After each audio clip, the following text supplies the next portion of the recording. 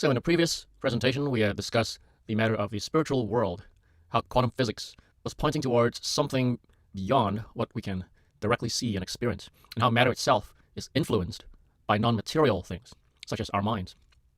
So in that we saw that we are beings which are more than just matter. So to what extent do we understand mind?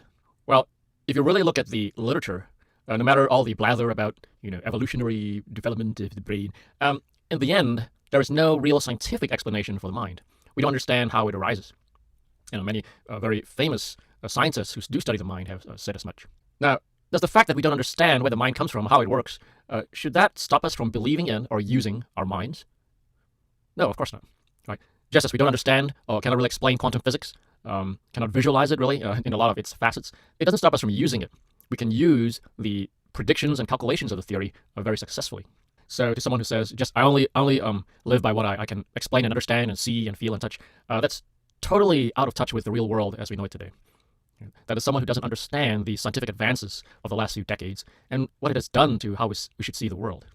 Okay, so just because we don't understand it or cannot explain it, that's not necessarily a good reason for rejecting it. We've seen that we are beings which are more than matter. So let's think about what happens if we try to violate physical laws. Of course, Wile E. Coyote does it all the time, challenging these physical laws, especially gravity. And perhaps he doesn't try it intentionally. But if you do, the laws will win. That's just the way physical law works. If you try to outsmart physical laws, you will probably be in trouble. Now, just as there are physical laws, are there emotional laws?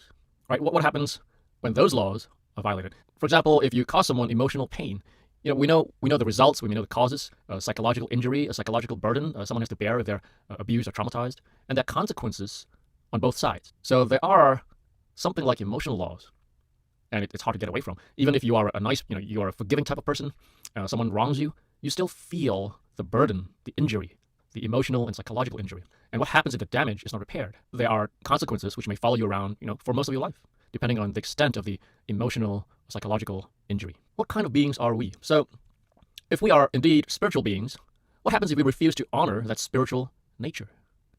What if we go through our lives pretending that we are not spiritual beings? If a fish decides to go against its nature and try to breathe on land, that's not going to work out too well. So we can refuse to honor our nature, or certain parts of our nature, but that will land us in trouble. Now, what if our choices are going to determine what we are going to become in the eternal state? If we are spiritual beings that are meant to exist forever, what if our choices determine what that forever is like? And what if there are spiritual laws that determine this, just as physical laws and emotional laws and psychological laws? What if our choices are molding us and shaping us for something eternal? The material in this presentation is from a Sunday school class I gave based on The Reason for God by Timothy Keller, and he has a chapter on hell. And you might ask, why tackle this topic? It's a very thorny topic. It's a very difficult topic to deal with. Well, it's interesting. You may know Penn Jillette of Penn and Teller, the magician duo, and he said something very interesting. He said, I've always said that I don't respect people who don't proselytize. I don't respect that at all. If you believe that there's a heaven and a hell, and people could be going to hell or not getting eternal life, and you think that it's not really worth telling them this because it would make it socially awkward, and atheists who think people shouldn't proselytize and who say just leave me alone and keep your religion to yourself, how much do you have to hate somebody to not proselytize? How much do you have to hate somebody to believe everlasting life is possible and not tell them that? Interesting. He goes on to say, if I believed beyond the shadow of a doubt that a truck was coming at you, and you didn't believe that truck was bearing down on you, there's a certain point where I'd tackle you. And this is more important than that. So, yeah, we should think about and talk about hell and see how it fits in with reality, if indeed we're spiritual beings. So let's start with a working definition of hell, which most people would agree with. A place of eternal conscious punishment for the wicked. Just as an aside, if you're interested, there's a question of, did Jesus descend into hell, which you might see in certain versions of the Apostles' Creed. And very briefly, this is a misunderstanding of the word Hades.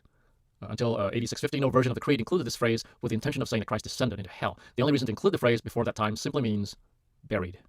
So if you want to look into that further, but Jesus did not descend into hell. At least not that the scriptures tell us. Right? So how do people react to the idea of hell? A Bible commentator, actually, Gordon Wenham, he says, whatever anyone says, unending torment speaks to me of sadism, not justice. Interesting. And Keller, he quotes, in our culture, divine judgment is one of Christianity's most offensive doctrines. Well, why is that the case? And he suggests it is because the Western and modern desire to control and shape reality to our wishes and to determine right and wrong for ourselves, the idea of hell rubs us the wrong way. So what is hell? We had our working definition. Someone said hell is a measure of a theologian's faithfulness to Scripture. So Scripture is pretty clear about hell and being a good idea to avoid it. And a lot of theologians are not happy with that concept. The word Gehenna in the Old Testament times denoted a place of child sacrifice. Right?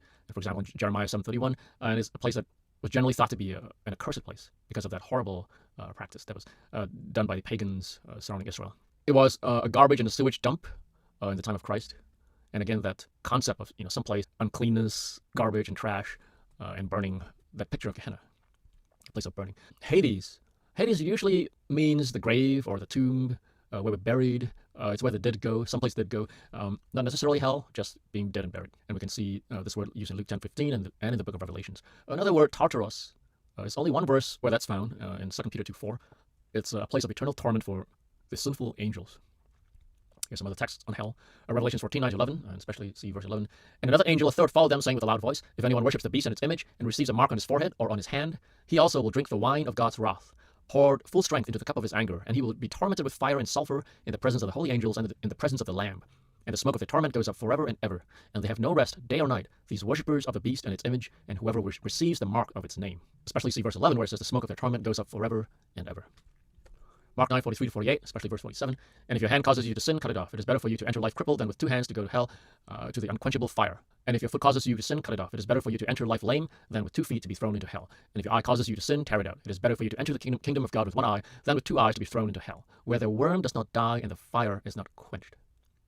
Now, of course, people in Jesus' time and beyond knew that he was speaking figuratively, of course, and with exaggeration, and no one actually carried any of these out in themselves, except for one theologian, and we'll not go into that.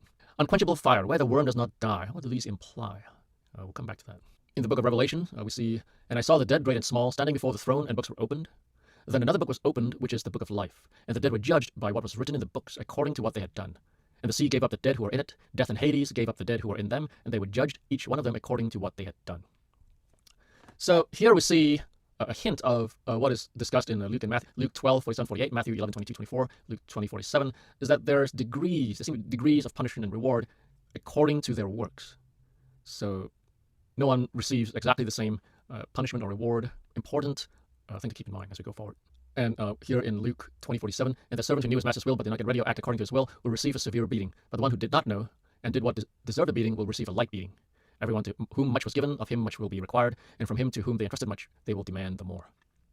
So there's degrees of punishment and reward. And again, all this talk of beating, it sounds uncomfortable to Westerners, modern Westerners, but not to most of the world. Who will be judged? And I've just given some passages here. You can look them up. Unbelievers will be judged. Revelation 20:12, Romans 2:5-7. Believers will be judged. Romans 14:10-12, 2 Corinthians 5:10, Romans 2:6-11, Revelation 20:12-15, and many more. Angels will be judged. 1 Corinthians 6:3. What will be judged? Every word, thought, and deed.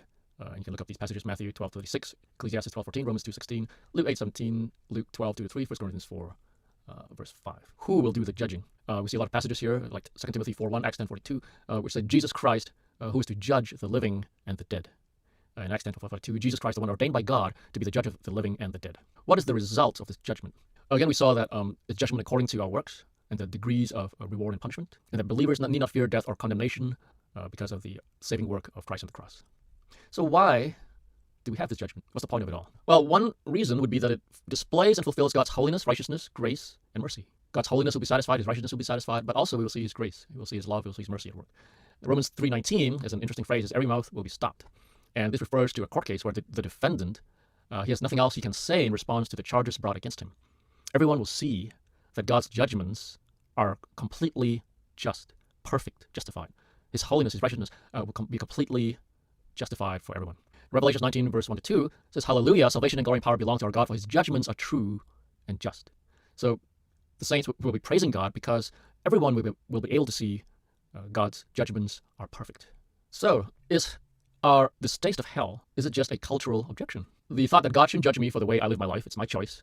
Is this a universal sentiment or is it cultural? And Keller writes, in traditional societies, the teaching about turning the other cheek makes absolutely no sense. Right? It offends their instincts about what is right. For them, the doctrine of a God of judgment, however, is no problem at all. It seems to be secular Westerners who get the most upset about this idea of being judged. But for most of the world, it makes sense. Right? So it seems to be just a cultural thing. And if it is cultural, why should Western secular culture be the final judge about this concept of hell? If it's just cultural, why should the rest of the world agree? And Keller goes on to discuss ancient versus modern outlooks on the universe, really on reality, on life. And he says, in ancient times, it was understood there was a transcendent moral order outside the self, built into the fabric of the universe. If you violated that metaphysical order, there were consequences. And so, for people in ancient times, being wise, the path of wisdom, was to learn to live in conformity with this unyielding reality. And so it's what we talked about earlier about there being spiritual laws just as real as physical laws. Now, in another book, Jonathan Sacks, he wrote a book called Covenant and Conversation. It's a Jewish perspective on reading the book of Leviticus. And in this discussion about the law of the red heifer, I believe, is where he talks about this word, I'm not sure how you pronounce it, hok, usually translated as statute or decree. In actual fact, hok is a word that brings together two concepts of law. There are scientific laws which explain the isness of the world, how the world is, and there are moral laws which prescribe the oughtness of the world, how things ought to be. The singular meaning of hok is that it brings both concepts together. They are laws we ought to keep because they honor the structure of reality. So again, if the spiritual world is real, there are probably spiritual laws, and if we choose to violate them or obey them, there will be certain consequences. So Keller goes on to talk about the modern impulse, where modern man reversed this, and ultimate reality was seen not as supernatural order, but malleable. So Keller writes, instead of trying to shape our desires to fit reality, we now seek to control and shape reality to fit our desires. That's a recipe for disaster if this is not the way the world works. So another book by Michael Julian, he's a physicist. His book is called Believing and Seeing. A physicist explains how science shattered his atheism and revealed the necessity of faith. And he said, at what point he studied all the major religions of the world when he was seeking truth. And he said, according to these very logical religions, we always get what we deserve. Karma rules the cosmos and wins the day. You mess up, the universe punishes you. You hurt me, I hurt you. It's always an eye for an eye. Also, if you want to get into heaven or nirvana, paradise, you got to earn it. There's no free lunch. The logic is very worldly, very simple-minded, very predictable. Right? When he talks about simple-minded, he means in the sense of, he compares it to another type of higher logic, which we won't discuss here. But he's talking about what he calls trivial types of truths. It doesn't mean it's not consequential, but they're simple and logical, simply logical. All right, maybe I'll talk about that in a different video. A loving God wouldn't send people to hell just for not believing the right thing, would he? Well, has anybody really said that God's judgment is like an exam where you answer questions about what you believe? Is belief itself what sends you to heaven or hell? Well, it depends what you mean. In the ancient world, and especially in Jewish thought, beliefs were to lead to behavior. And for example, if you look in the book of James, it says, "You show me your works, and I'll show you what you believe." Right? So they're not just intellectual beliefs, but it's a matter of what your beliefs, your true beliefs, are revealed in your life, in your behavior. So intellectually agreeing that Christ is the Son of God who died for our sins, you need more than that. You need it to affect your life. And we can see, for example, where Hitler's beliefs in evolution and Darwinism, and that his higher race was to subjugate lower races. That's where beliefs, right? You can see very clearly how beliefs lead to behavior. Also, Hitler's hostility against the church, how he planned to destroy the church, how Christianity was a religion that protected the poor and the weak, and so he hated Christianity for it, and that's how his beliefs led to a world war. What is the biblical picture of sin and judgment? So let's go back to the basics of what it really looks like. It's not just a matter of filling out on a form what your correct beliefs are. Right? If we go back to the beginning, looking at the book of Genesis, we see that we were created for God. And what do we mean by that? God is the source, the final and ultimate source of all that is good. For example, wisdom, joy, love. God is the ultimate source of that. How can we best flourish and achieve our highest potential? The best thing we can do is to be close to the source of all that is good, which is God. Now, what about sin? How does sin affect this relationship with God? What are the results? Well, if God is the source of wisdom and joy and love and all that is good, the further we get away from him, what happens to us? Right? It's not good. The results are not good. How does the image of fire that we see when hell is described, how does it describe the effects of sin? Well, we think about it, fire disintegrates, fire burns out, fire consumes. And Keller writes, even in this life we can see the kind of soul disintegration that self-centeredness creates. Right? So it ends up with all kinds of unpleasantness, bitterness, envy, anxiety, paranoia, and so forth. But this word sin, it sounds archaic. How serious a problem is sin really? Well, we only need to look at the cross to think about how serious sin is. If we think about Christ's sufferings, and I'll put a link to some helpful videos or sites that talk about that, discuss, that examine Christ's sufferings from a medical perspective. But in summary, we can remember that, for example, his body was ripped to shreds, his back and probably around his back, ripped by the Roman flagrum, right, which was something which had kind of little dumbbell-shaped pieces of lead and several straps. When he was at the cross, when he was nailed to the cross, the nerves in his wrist were crushed by nails. Think about the pain. The crown of thorns was jammed on his head. The movie The Passion of the Christ, it's hard to watch. It's really not for the faint of heart, but I think it does show really what Christ did go through, his sufferings. So that's how serious Sin is so serious that Christ himself, God in the flesh, had to undergo that suffering to save us from the consequences of sin. Who is God? So if we think about again, who is God? What would it mean to be totally out of the presence of God, to lose his presence? We would lose the ultimate source of wisdom and of joy and of love. What kind of an existence is that? So the matter of sin and hell, it's not just a matter of intellectual agreements about certain beliefs. It's something more than that.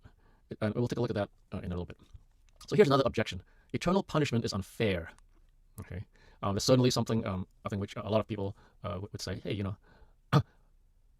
that our sin, maybe 70 years of life, 80 years, 90 years, the sin we did during this lifetime, how could it equate to eternal punishment?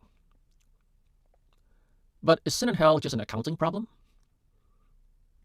Is it just a matter of the right numbers? Or is it something much, much deeper? Is it the necessary outworking of moral laws and spiritual laws? What does this mean? So let's think about, is it unfair that people die due to physical laws? One moment stepping off a building, for example, a couple of seconds of action, of choice, is it unfair that you die because of that? In the same way, is it unfair whatever the outworking of moral and spiritual laws actually is? Or is it more a question of what do we ultimately become versus what we owe in an accounting sense? Are our choices pushing us, molding us, shaping us towards something desirable or not? What is this punishment going to be like? The Bible uses a lot of imagery to try to describe this punishment, but what is it really going to be like? C.S. Lewis wrote this really interesting little book called The Great Divorce.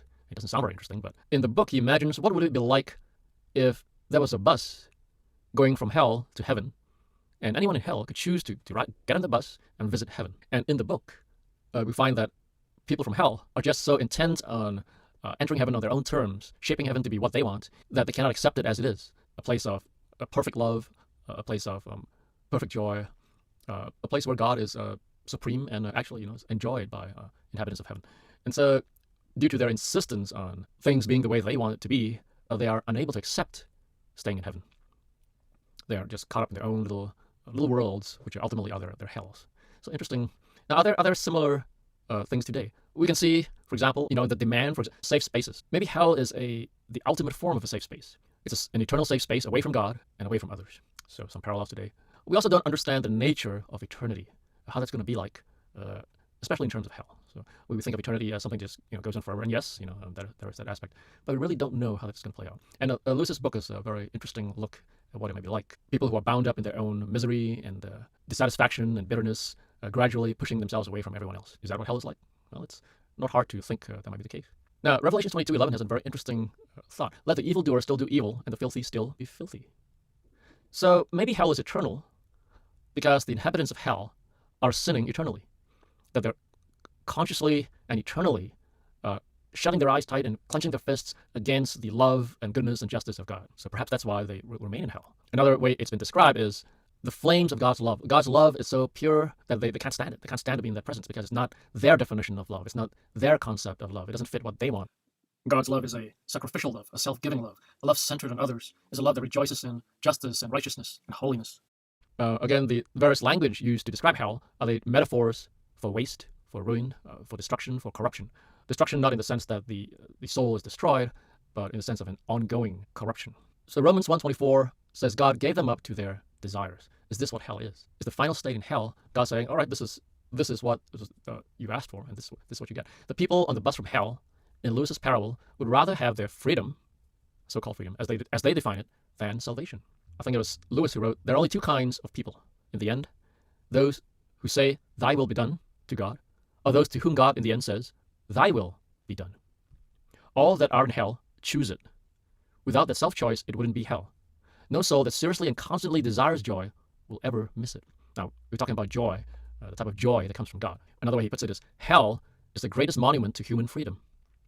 That without hell, our choices that we make in this life are ultimately meaningless. It is hell that gives these choices dignity and meaning and seriousness. So the thought here is that in each of us there is something growing which will be hell unless it is nipped in the bud. Keller puts it this way: the people in hell are miserable, but Lewis shows us why. We see raging like unchecked flames, their pride, their paranoia, their self-pity, their certainty that everyone else is wrong, that everyone else is an idiot. All their humility is gone, and thus so is their sanity. So let's update our working definition of hell, a place of eternal conscious punishment for the wicked. With this definition, a state of definitive self-exclusion from communion with God and the blessed. And that's found in the Catechism. As Keller puts it, hell then is the trajectory of a soul, living a self-absorbed, self-centered life, going on and on forever. So let's look at some non-biblical ideas of hell. Hey, maybe these work better. Maybe not. Well, there's the very popular idea of annihilationalism. And to my surprise, John Stott adopts that view. So does Clark Pinnock, the Church of England, and Jehovah's Witnesses. So that instead of hell, you are destroyed. There's another nuance of it, it's also called conditional immortality. Only the redeemed will be raised to immortality. Right? Those who are unrighteous, unredeemed, will be eventually destroyed. So Seventh-day Adventists believe the wicked will be punished in the lake of fire before ultimately being destroyed. So this sounds preferable to eternal punishment, right? But there's a problem. Well, let's look at that later. Universalism is another idea that in the end, ultimately, everyone will be saved. Sounds more loving, doesn't it? Sounds more comfortable. So what is the problem with these ideas? So here's one claim, that the prospect of annihilation still engenders fear. So that should still work, right? If hell is not eternal, annihilation still works because it's still something that people should be afraid of. But does it really? I mean, isn't it easy to imagine someone who believes in annihilation but takes the deal and says, okay, I'm just going to cease to exist, but in the meantime, I'll just do all the evil that I can. I'll inflict all the suffering and torture and misery on my fellow human beings that I want. And in the end, poof, I don't exist, so I don't care. So universalism has the same problem. So universalism says, in the end, everyone will be saved. Oh, well, if that's the case, how about in this life, I be as evil as I want? And I mean, eventually I'll be saved, right? I'm not sure how that works. Maybe it's reincarnation. Maybe it's spending time in some horrible boarding school in the afterlife. Who knows? I don't care. Maybe I'll be evil for 99% of my lifetimes or whatever. I'll take that deal, right? There are people who will take that deal. So does it really have that same effect? No, it doesn't. Ultimately, if you're willing to pay the price, ultimately what's the consequences? Ultimately, there's no consequence. If you're willing to spend 1,000 years in some kind of hell or some kind of suffering for whatever evil you choose to inflict, and in the end you get out, you've gained the system, right? So as long as you're willing to pay the price, annihilationalism and universalism, in the end, it makes a mockery of justice. Here's another problem. If the wicked are punished in the lake of fire first, why will they be destroyed? I mean, if they're punished first, haven't they paid the price for their sins? Why destroy them? And it also implies something else, that we can pay the price of our own sins, right, in full. And if that's the case, why did Christ have to come and die and suffer and die, that horrible death? It sounds enlightened and more fluffy and more kind and more loving at first, but in the end, these ideas don't really work in the sense that if you're willing to game the system, you can cheat justice, right? You can make a mockery of justice. So here's another objection. Well, I believe in a God of love. A God of love would never send anyone to hell. Well, let's ask ourselves first, where does this belief come from, that God is a God of love? This concept comes from one place and one place alone, the Bible. Because looking around you at mankind, you could never come to this conclusion, right? Looking at the evil that we do, looking at the suffering, we could never come to this crazy idea that God is a God of love. And no other religion teaches this. So if you believe in a God of love, you believe in the Bible. And maybe you should believe everything it says instead of just part of it. And a question that Keller raises is, are loving persons never filled with wrath? Of course they are. If you see someone ruining themselves or someone ruining someone you love, of course you can be filled with wrath, with anger. Right? As it puts it, anger isn't the opposite of love. Hate is. And the final form of hate is indifference. So love in and of itself does not exclude feeling anger. Here's another objection. If you believe in a God of wrath, you might feel justified in doing some smiting yourself. So, okay, if your God is wrathful, and maybe you'll do the same. But let's ask ourselves, would it be okay if God were not angry at sin and injustice? Would that be okay? Of course not. Right? If God were not angry at sin and injustice, what kind of God is that? And actually, believing in God's vengeance gives us the power to refrain from revenge. It is a lack of belief in this that secretly nourishes violence. Right? If we don't believe in God will dispense justice or vengeance, then we will have to do it ourselves. And this is what nourishes violence. Not believing in the final judgment, not believing in the consequences for sin. We have to become our own agents of vengeance. So a true opium of the people is a belief in nothingness after death. The huge solace of thinking that our betrayals, greed, cowardice, murders are not going to be judged. And we've seen this in the horrors of a communist government. Holocausts which left over 100 million dead in the modern era, the modern secular scientific era, all fueled by the certainty in their minds that there would be no consequences. God of love and judgment. So again, why do people believe God is love? Again, the Bible is the only source for that belief, and also for the belief that we can know God intimately and personally. And that same Bible tells us of God's judgment and the consequences of sin. And Jesus spoke more about hell than any other prophet. In the final analysis, how does knowing God help us accept the existence of hell? Knowing and trusting in God, in his character, which is holiness and justice and love.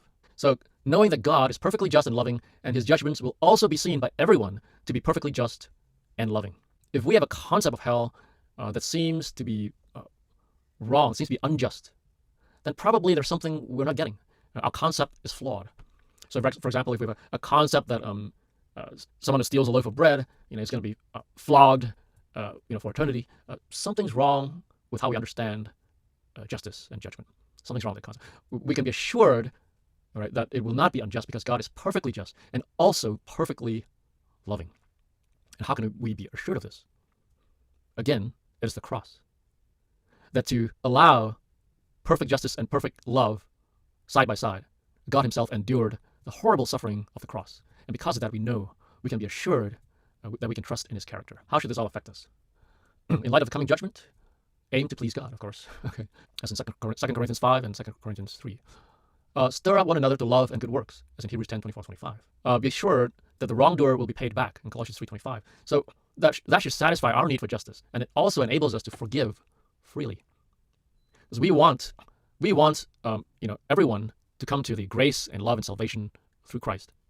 And if they choose that, of course, that's great, and we can forgive them. But if they do not choose it, now we know that they will receive the consequences. But again, we and God himself are not wishing that any should perish. And that should be our motivation for evangelism. All right, so again, the sources used in this presentation, as best I can recall, Reason for God by Keller, Systematic Theology by Wayne Grudem, Believing is Seeing by Guyen, I don't know how to pronounce it. A very, very interesting little book. A very popular level treatment of how science pushed him from agnosticism or atheism to Christianity. Right? It's very, very easy to read, a very quick read. Highly recommended. And of course, The Great Divorce by C.S. Lewis, a very short little book, very easy to read again, full of depth. So hopefully this has been helpful to you in trying to make sense of the concept of hell and seeing that in the end, perhaps there is no other reasonable alternative that does not make a mockery of perfect justice. So see you in the next video. Hope you found this helpful.